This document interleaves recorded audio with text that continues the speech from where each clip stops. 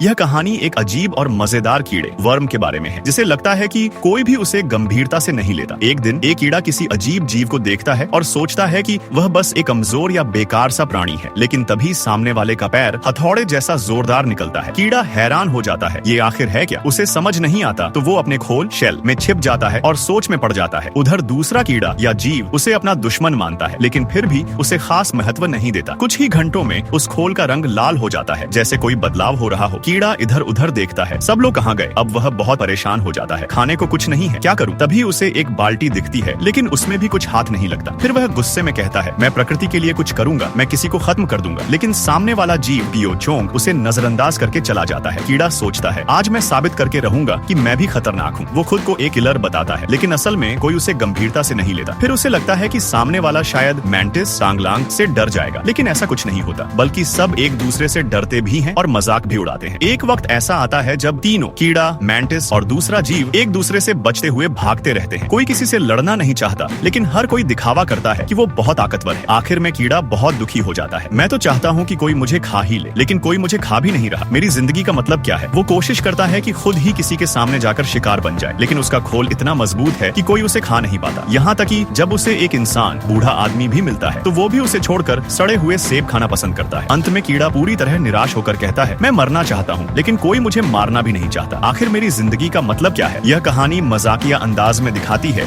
कि कभी कभी हम खुद को बहुत कम समझ लेते हैं, जबकि असल में हमारी अपनी एक अलग खासियत होती है।